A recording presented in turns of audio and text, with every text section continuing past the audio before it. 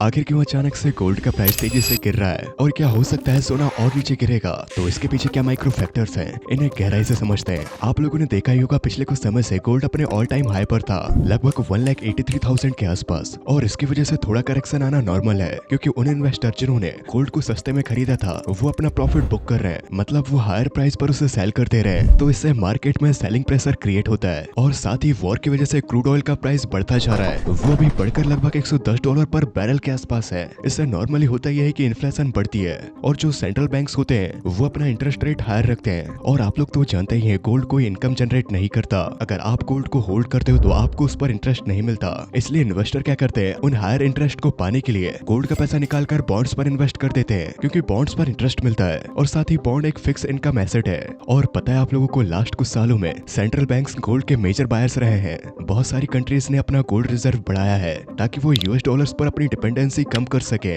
लेकिन वॉर के time priority change हो जाती है। वॉर का मतलब होता है डिफेंस पर बहुत ज्यादा खर्च करना, एनर्जी इंपोर्ट्स महंगे हो जाते हैं, मतलब ओवरऑल इकोनॉमी पर प्रेशर बना रहता है। ऐसे टाइम पर गवर्नमेंट गोल्ड को सिर्फ रिजर्व की तरह नहीं देखती, वो एक इमरजेंसी फंड बन जाते हैं। जरूरत पड़ने पर गोल्ड को बेचकर कैश को रेस किया जा सकता है, जैसा कि पहले भी रसिया ने फाइनेंशियली सपोर्ट करने के लिए गोल्ड को बेच चुका है। अगर आपके मन में अब भी ये सवाल है कि गोल्ड क्या आगे चलकर और गिर सकता है, तो इसकी पॉसिबिलिटी थोड़ी है कि हो सकता है, क्योंकि गोल्ड हाईली लिक्विड एसेट है। इसलिए क्राइसिस के स्टार्टिंग फेज में ही लोग गोल्ड को बेच देते हैं, जैसे गवर्नमेंट फंड रेस करने के लिए, इन्वेस्टर लॉस को कवर करने के लिए। तो शॉर्ट टर्म में भी गोल्ड गिर सकता है और बाद में सेल्फ हेवन डिमांड की वजह से फिर से रैली आ सकती है।